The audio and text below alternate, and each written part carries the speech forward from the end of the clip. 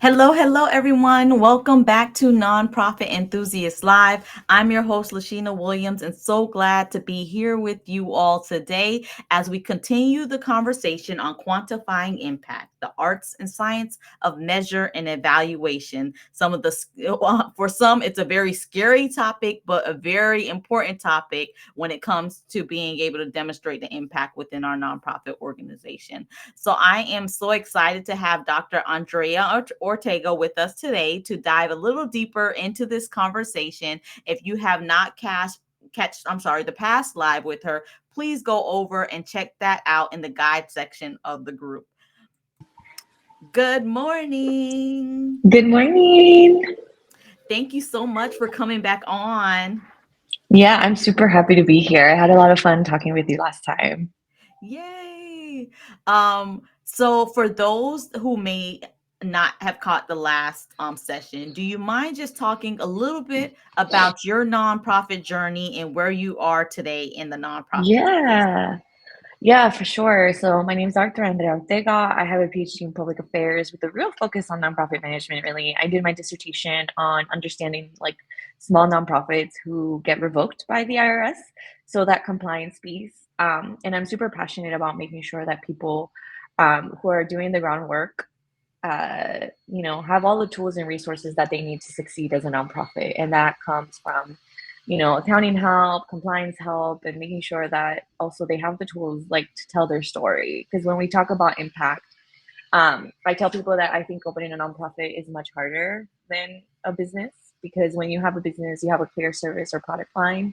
When you run a nonprofit, you're selling a mission and you're selling that with nothing in return for the end user aside from if you're good at making the connection, right, from their dollars to the impact. But super passionate about that. I have my own consulting firm, Milante Nonprofits, and my niche is also doing it in Spanish. So by being bilingual is my superpower. So I've kind of honed into working with grassroots nonprofits who are in that Hispanic community market. And yeah, that's a little bit about me. I have 3 kids. I'm in Central Florida, so I get to have lunch with you sometime. Let you know we gotta do that again. Yes. Mm-hmm. And but I work with nonprofits all over the nation. Awesome. So, this month's topic on quantifying impact, the arts and science of measures and evaluation. What are some tips you have for organizations around this area, especially for some, especially starting out? This can be very scary because you can oftentimes get caught up in measuring, and evaluating the program that you lose your mission time, your direct service Yeah.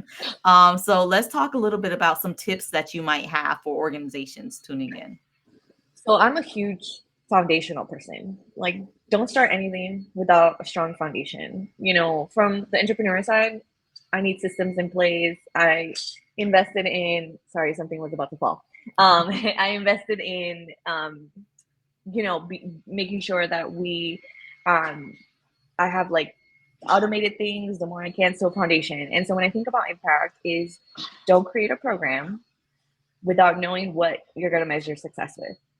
And don't do something completely unrealistic. So I work with nonprofits a lot, especially in that beginning startup stage, that I'm like, how would you measure success if you ran this? If you have $1 million and you look Mhm. back a year, how would you measure the success? And then once you know the success, you can work your way backwards through that impact because, and even if you don't reach it, just say, hey, we didn't reach it, but we learned A, B, C, and D, and we did accomplish D and C, but you Mhm. have to Mhm. know what the success is. When you think about impact, is that helping 20 students be accepted to college? It has to be simple and realistic, something you can measure. Don't go, we're like in the chat GPT era, and sometimes people create programs. Chat GPT, create me a program, but chat GPT will create these unrealistic goals. So, Mhm. always make sure that you clean it up and you backtrack it and, oh, yeah, I would love to measure how satisfied they are with the service. But if you're not even doing surveys or feedback or really measuring the quantity over time, then that's probably not a good way to measure the success. So keep Mhm. it simple.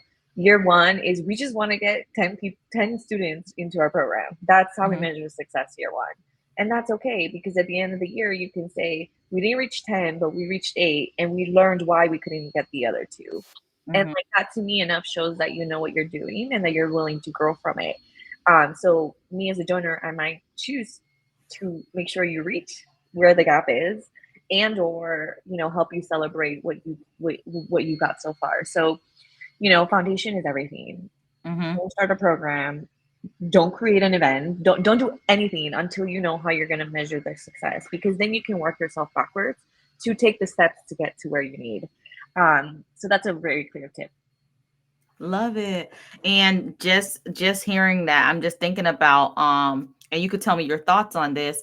In addition to when you're getting ready to host this event or program or whatever it is, if knowing the why behind it would make being able to determine how to evaluate it a little bit easier, because oftentimes we forget the why. We're just hosting a, I don't know, because the youth space, I'll just say we're hosting a youth summit, but we're having different speakers, but what's the ultimate why of that summit? Is it to expose them to entrepreneurship? Is it to expose them to life after high school, what that might look like? And then that being able to also help with that evaluation and measurement piece, because then you know what to evaluate on. Yeah, absolutely. And it's okay for an event to not be attendance. We just want to Mm-hmm. get aware, it could be just create awareness. We want to Mm-hmm. successfully tell our pitch. Do an event where you test run your volunteers and board members successfully knowing what it is. Like, Mm-hmm. like you can have small goals that really represent how you build onto bigger goals. Because if it's your very first event, or maybe it's an event you've done, like know what you did good last time, how you can improve it, take the same measurements and improve on them. Don't come up with new ones. Like you want Mm-hmm. to make sure that you can show history and track. And I love the goal. The goal is not always monetary. It's not always it's not always quantifiable. It's sometimes quality. How was the quality? Did our team feel less burnout because now we knew what we were doing? Was that Mm-hmm. a goal of ours? So yeah, I love that. Awesome. So what other tips do you have in this area when it comes to measuring and evaluation? Um, once you make sure that once you know what you're gonna measure the success, like have the tools in place and resources so that it doesn't take you a long time to measure Mm-hmm. it. And you and I kind of bonded offline about how your youth program uses an app that's Mm-hmm. not necessarily for nonprofits to Mm-hmm. measure, like to keep track of a lot of the details and a lot of the Mm-hmm. program data. And you invested in that. You found the right Mm-hmm. one and you do it. And so like when you have let's say you pick 5 things to measure that is going to help you evaluate the program success, the event success, like whatever you're Mm-hmm. doing. If it takes you longer than 10 minutes to populate that data, you most likely need some kind of technology.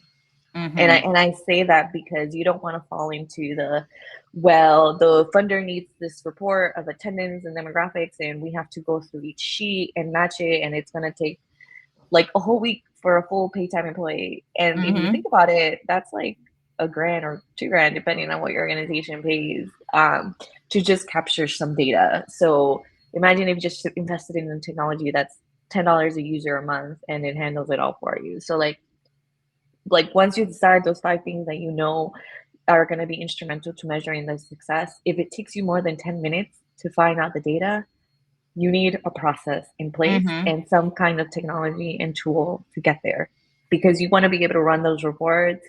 Oh my God, we have the opportunity for a 500,000 grant, but they want A, B, C, and D. Run the report. Let's get it submitted, and boom. Yep. If not, you're stuck in the grant writer is requesting this. Does anybody know how to get it? I can get it. Mm-hmm. I'll have it done in a week. Like I have to go through each line, and then like all of a sudden you're in this like cycle of like that's too hard. Mm-hmm. And so if you build that foundation from the beginning, you get the grant accepted because you were one of the first ones to submit, and they were able to your application attracted, and like it's really presentable because the tool usually probably presents it to you in a report that's readable, that Mm-hmm. has the action. And now when you get that money, you can run those report quarterly. I'm sure they're going Mm-hmm. to ask you the same questions for you to submit to the funder every quarter. So like now you can do that, and it's what we call like a low lift for your team. Mm-hmm. It's not something that's going to take them and probably take them from the day to day, right? Our Mm-hmm. team wears all of the hats. They're the marketers, the salespeople, the everything. They're the everything. So like now, this isn't impairing their day to day work that they have already to do with your organization. Instead, this is something that they can do in their sleep, per se, Mhm. and helps you mobilize faster. Yes, I love that. Um, and talking about tech, just because even within my own nonprofit organization, there's levels to this, right, y'all? Like there's levels in the sense of we have a dream technology that we would like to go to be able to evaluate and market, and yes, it is thousands of dollars, but we understand that there's levels to it. Taking eventually, and I'll go way back, going from the Excel spreadsheets, let's say, and having to or enter the data manually and then having to kind of analyze it. Now we have these systems that you just scan in, scan out, you do these different things, you don't have to do that anymore. And then there's different technology as you go, and the more your organization grow, you're able to kind of really grow into as well. And I'm talking more from a cost perspective, because there are some technologies that does everything that you want, but at the same time, I understand like there's a high cost behind it. But there are also technologies that might not have everything, but it gets you a lot further than where you were in the previous stage that you were. That might be worth exploring as well to help this evaluation process go through. So I love that you talked about technology. Yeah. Uh-oh, I can't hear you. I muted myself, sorry. Okay, there we I'm go. very passionate about tech. I think in this day and age, tech is not here to replace us, but you're gonna fall behind if you don't incorporate it in your day-to-day life. Hmm. Oh yeah. And down to even the way you deliver programs now. And I'll just share this because like pre and post testing, we always would have backup paper. And the problem with having paper pre and post testing is someone has to enter that data and someone has to analyze that data. And it takes a lot longer than being able to use the system, somehow get access. Because sometimes with community-based organization, you don't have the best Wi-Fi's, you don't have access to all the computers, but getting creative with how to kind of do those things online so that you can process it a lot quicker, and Hmm. lower the manpower behind processing those type of assessments and Absolutely. evaluation tools. Absolutely. I think it's important to always just we think about nonprofits are very frugal, right? They don't want to invest. They don't want to they're scared to invest. And I think we need to come from a place of, instead of scarcity, from abundance. And I think when we lead that way, we tend to figure out those opportunities much earlier on. And in the long run, um, just really help the mission overall, especially on that impact and evaluation side. Because if you don't get your impact story, like if you don't solidify how your organization does something different and efficient, and how it does it with A, B, C, and D, in the way that you story, that you market, that you present yourself on paper, like your organization is not going to survive Hmm. the way that you build a donor, and the way that when people talk about stewardship, like stewardship isn't just treating donors to a fancy luncheon or inviting on a gala. It's keeping them updated about how their money has made impact. It's going above and beyond in the way that, like, hey, we didn't reach our goals for this year, but this is what we learned from it, and this is what we learned from our community about why we didn't reach those goals. Hmm. Because then that shows that you really work at that grassroots, like I know who our audience is, and I know what our community needs are. And so because of what we learned by not meeting our impact or evaluation goals, like this year, this is what we're doing and pivoting. And it's just so important to invest both the time and the money into these kind of technology tools so that you're able to get there. Love that. And I know we talked with talking about technology tools, and we kind of touched on quantitative measures, Mhm. and you talked just now about storytelling. So let's talk a little bit more about that, being able to capture your stories, because at no matter the size of your organization, you're making an impact. But sometimes we get so caught in the mission that we forget to stop, breathe, and really take a look at the progress or the life that has been changed Mhm. because of what we're doing. So let's talk about your thoughts around storytelling, being able to capture storytelling, some best practices to make it a little easier to be able to do so. You know, there's a little formula I like to use that if you Mhm. only have, and people talk about the elevator pitch all the time. Like you have to Mhm. have your elevator pitch both as a person, as a brand, as whatever you're serving and representative. But my formula is kind of like introduce myself, right? Like maybe, if I'm the executive director of an organization, if I'm a volunteer of an organization, share why you're there, like who you are, why you're there, but then tie it like we do A, B, C by doing X, Y, Z. And that's Mhm. it. But like make sure that when you say that XYZ part, we talk about Mhm. methodology. So your methodology, you have these success goals that you defined, right? We talked about this in the beginning. Like we have these 5 goals. Then you work your way backwards on how you're going to get there. That's your methodology. Are you going to, search for a curriculum that works for your tutoring program, and then you're going to measure the 5 things that program, will help you get there? Are you working with the homeless? Okay, then what is your methodology on getting them housed? Is it through Mhm. partnerships? Is it through case management? Like, what is the methodology for the goals that you're going to reach? Because if your goal is housing 10 people this year, do you work your way backwards? What's your methodology to get there? And is it through partnerships? Is it through anything? And so talk about your methodology in that XYZ. We help house 10 people last year in Mhm. Central Florida by partnering with, and then you drop names of people you work with, then Mhm. and that's it. And you keep it simple on your storytelling. And then you're like, because if you do that, you might get like, oh, I worked with that org before. I was like, yeah, do Mhm. you know this person? And then all of a sudden you connect, and then Mhm. maybe you don't have a partner yet because you're too new, but you say, we plan on using this company's curriculum for our tutoring program. They're like, oh my God, my kids did that when they Mhm. were homeschooling Mhm. them or something. And so like by using really your methodology, and then you know what you're talking about. And Mhm. I'm like a huge Lasheena, like fake it till you make it. But the but Mhm. but like when you're in these places with people you don't Mhm. know, like all of a sudden you're like, oh wow, I really do know what I'm talking about. Yes, that's what we're Mhm. doing. Mhm. And it just kind of clicks, and you're able to connect on that level. But like that story part is, don't go and ChatGPT and like all of these things, they're full of fluff. They're good, Mhm. they're great. I use ChatGPT, it's my best friend, but like it's full of fluff. So like use it Mhm. as a tool. Make sure you train your volunteers. Like they should know of your mission, they should have a story of their own. They should be able to make it personal about why they volunteer. Why do you serve on the board? They should have a direct attachment, and so be honest, transparent, but like know what you're talking about.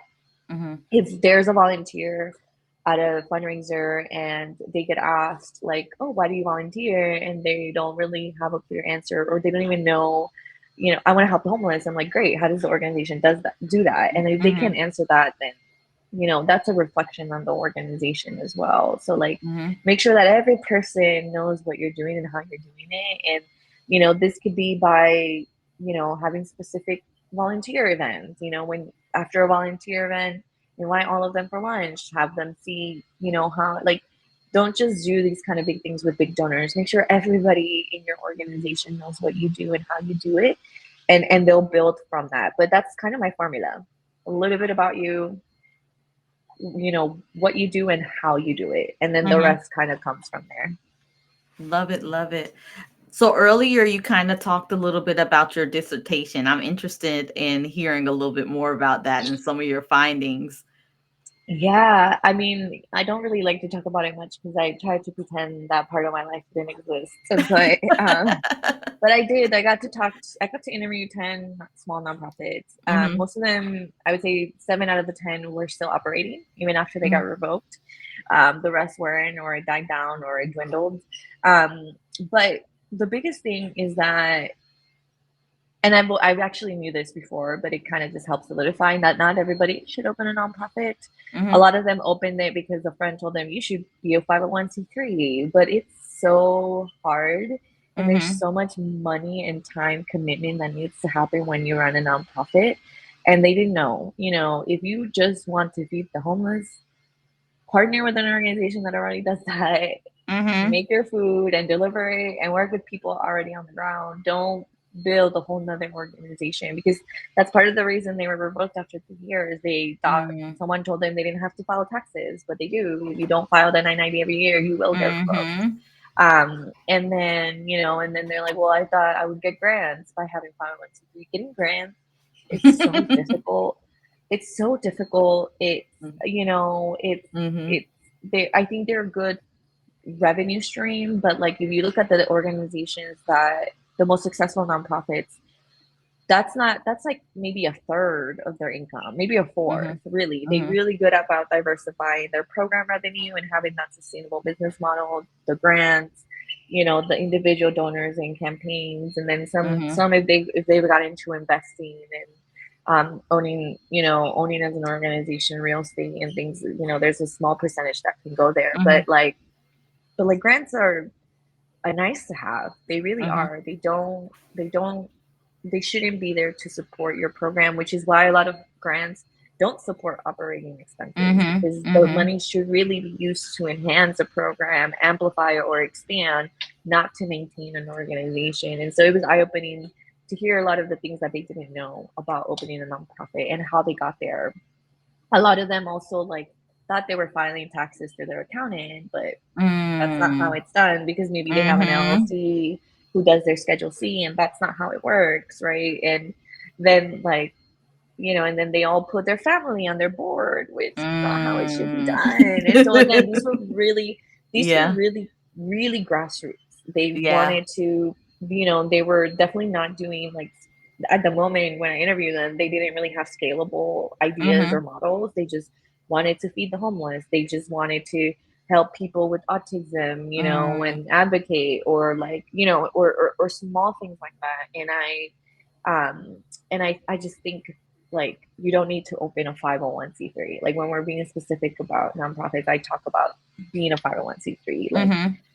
find someone who's doing similar, see if they'll let you work a program or start a program under them, or if you want to feed the homeless, feed them, like see if they'll let you create a kitchen program under an organization that already Mhm. works with the homeless, and you commit a weekly meal to them, because if Mhm. not, it's a lot of work. It's a lot of work. Mhm. And fiscal sponsorship. Like there's so many other routes before you decide to become your own entity and drop. To start one is easily 2K, 5K, honestly, Mhm. to start one correctly. So like before you Mhm. drop that, I would take a look at the other ways to help your Wow. community. Love that. And that's really good, especially for some that might be tuning in, thinking about whether they should start a nonprofit organization Yeah. and take their involvement into nonprofit to the next level. So I Yes. love that you talked about that. Yeah. And if you have a nonprofit, like those options apply to you too. Like Mhm. partner, create a coalition and apply through a grant as a coalition, Mhm. right? Like you actually Mhm. have a higher chance if you have different ways to kind of like cover all circles of whatever you're trying to solve if you Mhm. partner with other local nonprofits. So I think just connections. Connections are very important in every part of our lives, and that's true Mhm. to starting or running a nonprofit as well. Love it, love it, love it, love it. All right. So before we wrap up today's conversation, I want to do some hot seat questions really quick. Ooh. And then these are just really quick questions to get to know you outside of the nonprofit space. Love All it. right. I'm ready. Um, so let's go. If you would have any superpower for a day, what would it be and why? Oh my God. I would either like to fly or be invisible. Ooh. Fly because I love traveling, so I would just fly wherever I wanted. Mhm. And two, I would like to hide from my children for like a day. I have really young kids, so it's like they're Mhm. very, very everywhere. So I think, but not just my kids, right? Like I think being able to meditate and take a moment for the Yeah. day. I would like to be invisible. Love it. What's one song that always gets you pumped? Oh my God. I taught my kids how to sing this, but being a business owner, you have to pump yourself up. So whenever I close a Hmm. deal, I love "I'm So Paid" by Akon.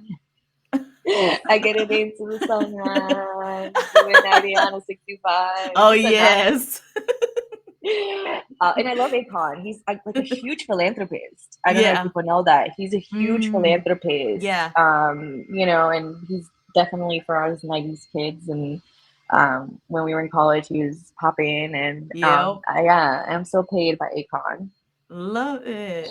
All right, last question. What's your go-to comfort food after a long day?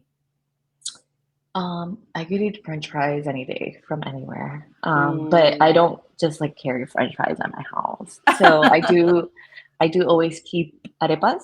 So I'm Colombian, and so I can always Uh-huh. just heat up an arepa and eat it and Love enjoy it. it. Yeah. Awesome. Thank you. Thank you. Thank you. So before we close out, how can people stay in touch with you? Of course. So my website's Palante Nonprofits, also on Instagram and LinkedIn. I'm very active on both of those. I'd love to answer any questions. I'd love to help and understand what people have needs with their nonprofit, or even I do some executive coaching too with executive Hmm. directors. Maybe if they're in a problem or have some goals that they need to meet for their board and for their organization. I also help from that side. Awesome.